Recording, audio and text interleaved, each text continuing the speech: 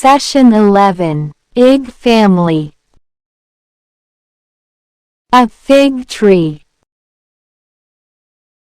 Dad and Zig found a tasty big fig tree. Zig loves figs and fresh air to dig.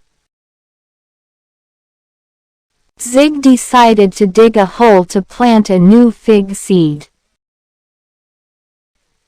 But he accidentally dug a big hole. "What a big mess," Dad said to Zig. "Please don't dig any more, Zig. And put the shovel down," he added. Now answer these questions. You can answer these questions in the comment box below. Question 1. What did Dad and Zig find? Question 2. Who loves figs and fresh air?